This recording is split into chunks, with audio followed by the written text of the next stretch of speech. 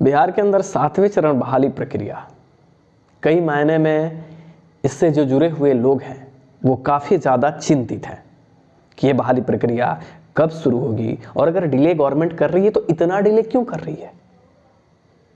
ये सवाल लोगों के जहन में है, हर किसी से सवाल पूछना, यहाँ तक कि बिहार सरकार से ये सवाल करना, बिहार का जो शिक्षा विभाग है उससे सवाल करना, हर जगह कि 7वीं फीस का नोटिफिकेशन कब शुरू होगा।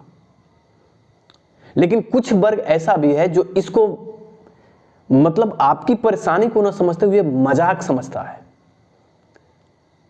लेकिन इस बात पे मैं आपसे चर्चा करूं उससे पहले मैं आपको कुछ कहना चाहूंगा।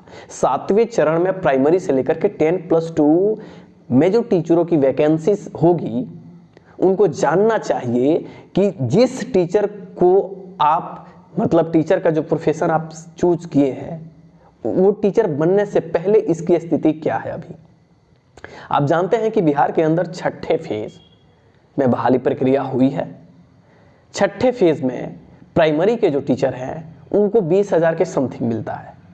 इसमें कुछ डाटा इधर उधर हो सकता है पर गौर कीजिएगा, अप्रॉक्स लेके चलिएगा 20,000 के आसपास। हाई स्कूल के जो टीचर हैं उनका बनेगा 23,000 रुपये उन्हें मिलेंगे तुरंत। जो 10+2 है उन्हें 1,000 बढ़ा लीजिए, 1,500 से 2,000, मतलब कि 20 से 25,000 के बीच में आपको स्टार्टिंग जब तक आप प्रोविजन पीरियड में हो आपको पेमेंट मिलेंगे, उसके बाद कुछ इंक्रीज होंगे, है ना। उसके लिए आपको सरकार से लड़ना पड़ता है, सरकार के सामने कई सारे बात आपको बोलने पड़ते हैं और रोज लड़ना पड़ता है रोडों पे, है ना। आखिर ये बातें मैं क्यों कह रहा हूं, लास्ट तक सुनिएगा तभी समझ पाइएगा कि मेरा बोलने का तात्पर्य क्या है। अब इस 20 से 25,000 रुपए के लिए जो आप लड़ाई लड़ते हैं, रोज समाज में जो कुरीतियां हैं उनका शिकार आप होते हैं। घर के बाहर जब आप निकलते हैं तो आपका चलना दुश्वार है ना। सामने वाला जिसे खुद कुछ पता नहीं है आपसे जरूर पूछता है कि तुम कर क्या रहे हो, तुम्हारी नौकरी होगी कि नहीं होगी। कहने का मतलब है कि पूरा सोसाइटी आपका मजा ले रहा है अभी। लेकिन सरकार और मतलब शिक्षा विभाग जो सरकार का है और आपके बीच में एक कड़ी का काम करने वाले कुछ लोग हैं, क्या आपको लगता है कि वो मजा नहीं ले रहे हैं? मजा उनके साथ ये भी लोग ले रहे हैं जिनको एक बात समझ में नहीं आ रहा कि एक बिहार का जो टीचर व्यक्ति बनेगा, बीएड किया है ना, अपना स्नातक कंप्लीट किया, फिर वो तमाम जो प्रक्रियाएं हैं जैसे सीटेट बीटेट टेस्टेड जो है उसको क्वालिफाई किया, फिर कई साल इंतजार किया, फिर प्रक्रियाओं को कोर्ट केस में झेलना पड़ता है, उससे आदमी निजात पाता है, तब जाके टीचर की बात शुरू होती है। फिर चुनाव आता है तो सरकार उसमें लटकाती है। जैसे आज के न्यूज में लाखों की बहाली की बात की गई है। विगत 2019 से आप न्यूज़पेपर पढ़िए, साल जब खत्म होता है तो 2-4 दिन पहले ये न्यूज आते हैं कि अगले साल इतनी बहाली होगी। हर एक साल का न्यूज़पेपर आप निकाल के देखो। आखिर ये बातें सरकार 20,000 दे करके क्या करवाना चाहती है आपसे। लेकिन 20,000 से 25,000 के बीच में सरकार जो आपको सैलरी देती है स्टार्टिंग में, इस सैलरी के पीछे सरकार जो दांव पेच चलती है और उस दांव पेच को जिस तरीके से आपके ही साथी लोग गलत तरीके से सरकार का सपोर्ट करते हैं और वो कहते हैं कि आपके लिए लड़ते हैं, दरअसल ये वही लोग हैं जो आपके बहाली को हर तरीके से तोड़ते हैं। उनका काम है कि ऐसा तोड़ो कि एक नया कड़ी जोड़े जिससे पैसा इनकम का सोर्स बने या कोर्ट केस हमको जाना पड़े। जब सरकार आपके सामने क्लियर कह देती है, कही है कि नया नियमावली हम रिलीज करेंगे, नया नियमावली होगा, नियमावली में संशोधित हो रहा है, फिर ये कौन से लोग हैं जो आपको इस तरीके से गुमराह कर रहे हैं, कहां के हैं ये? और ऐसे लोगों को आप उनके बातों को सुन करके खुद प्रॉब्लम में हो। बिहार का एक अच्छा खासा वर्ग जो शिक्षक बनने वाला है, इन लोगों के बातों पे कैसे गुमराह हो रहा है।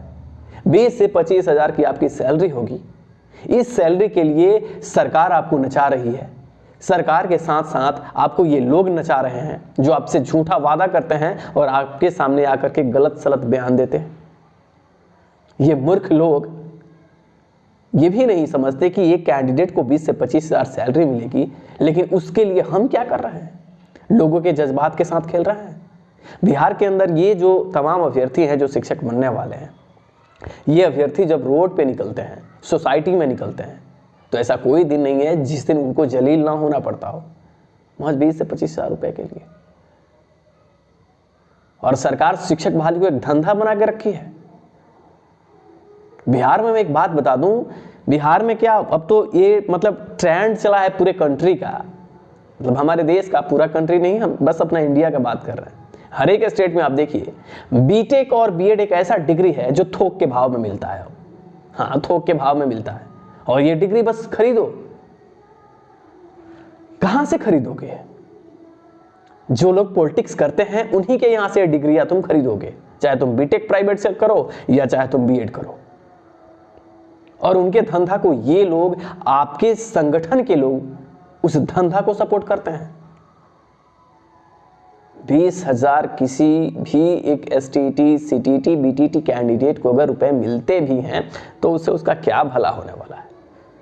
उस पैसे से क्या होगा?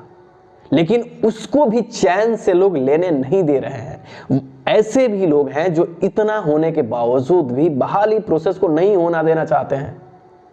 मैं सरकार के साथ साथ इन लोगों को कहता हूं कि ये लोग भी एक बहुत बड़ा रोड़ा आपके बीच में है। ये ऐसे लोग हैं जो आपको तोड़ रहे हैं।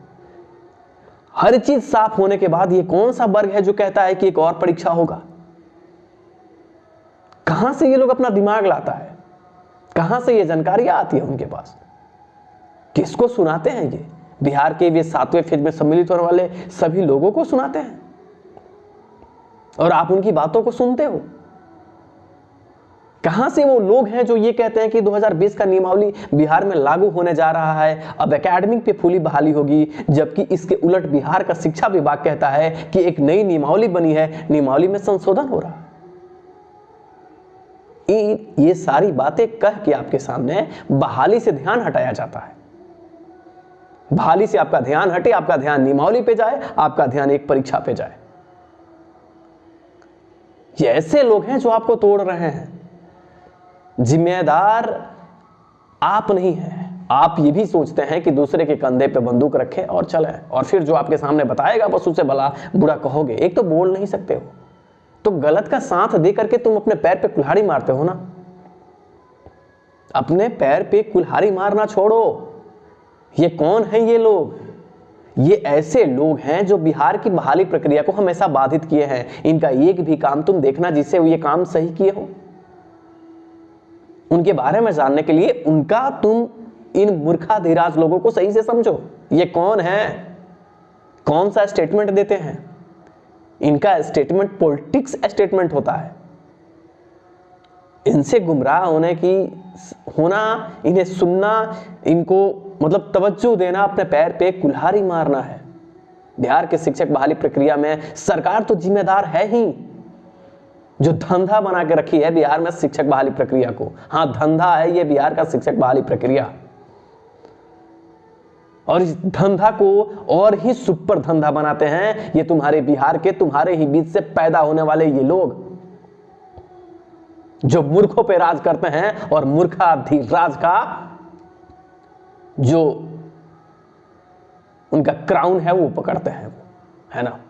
बस तुम्हारा यही काम है, तुम लोगों का यही काम है, तुम लोगों को गुमराह करो। ये गवर्नमेंट कितना पैसा किसी को देने वाली है, लेकिन 20 से 25 हजार रुपए देने के लिए सरकार जो जिस तरीके से राजनीति बिहार में शिक्षक बहाली प्रक्रिया में कर रही है, तुम गंदे लोग, तुम नाली का कीड़ा लोग इस तरीके का काम जो कर रहे हो अभी, कम से कम तुम में से पैदा होने वाले जो लोग हैं, कम से कम इनको तो सोचना चाहिए कि ये क्या कर रहे हैं, ये क्यों लोगों को गुमराह कर रहे हैं।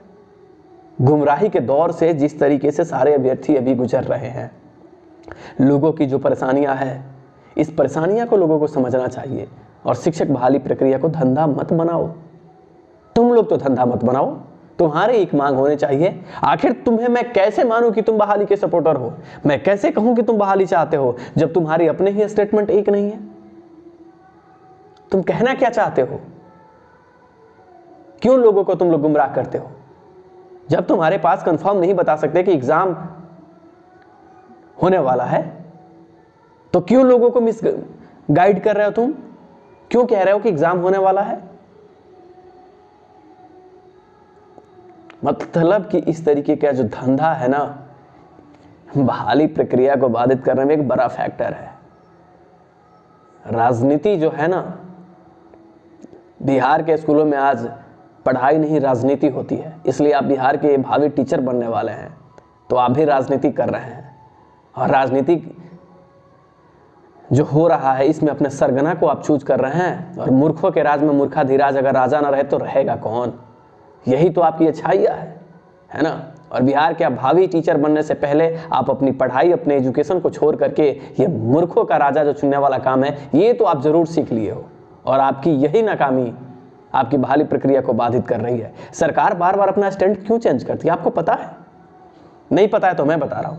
क्योंकि यही मूर्खाधिराज लोगों का जब स्टेटमेंट बार बार आता है ना, बार बार अलग अलग बयान ये लोग कहने लगते हैं, जिन्हें खुद समझ में कुछ नहीं आता और लोगों को समझाते हैं, लोगों को गुमराह करते हैं। इनके स्टेटमेंट पे, लोगों के स्टेटमेंट पे सरकार रिव्यू करती है, रिव्यू करने के बाद उस पर एक्शन लेती है, और फिर शिक्षा विभाग का मीटिंग होता है और उसमें सरकार अनुशंसा करने लगती है। तो कम से कम इन चीज़ों से बचने की ज़रूरत है। बिहार के जितने भी भावी शिक्षक हो, आप इस बात को समझो कि कम से कम लोग जो मिसगाइड कर रहे हैं ना, उनसे बचो। उनसे बचना शुरू कर दोगे, बहाली प्रक्रिया में कोई बाधा नहीं रहेगी। अब तो नहीं रहेगी, कम से कम उनसे बचिए। आप लोगों के जैसे कॉल्स आते हैं, जैसे सवाल पूछे जाते हैं, मुझे ये समझ में नहीं आता कि अगर ये सवाल आप कर रहे हैं, भले ही आप जानते हैं, मैं जानता हूं कि उन बातों को आप समझते हैं, लेकिन आप शब्दों के शिकार हैं। आप उनके स्टेटमेंट के कहीं ना कहीं शिकार हैं, क्योंकि आपको अपने पे भरोसा नहीं है, आपको उन पे भरोसा है जो आपको वही बात समझाना चाहते हैं जिनसे उनको फायदा है, और बड़े ही आसानी से, है ना, आपके पैसे से जॉब कर लेते हैं ये लोग। ये लोग भी नहीं चाहते हैं कि बिहार में जो पैसे का खेल चल रहा है वो बंद हो जाए, क्योंकि इनकी जॉब तो इसी क्राइटेरिया के तहत फुलफिल होती है। तो ये कहीं ना कहीं जरूरी है आपको जागरूक होना। शिक्षक बहाली प्रक्रिया में ये जितने सारे लोग हैं, इनसे बचने की जरूरत है। तो अलग अलग इनके स्टेटमेंट आपकी बहाली प्रक्रिया को ही बाधित करेगी।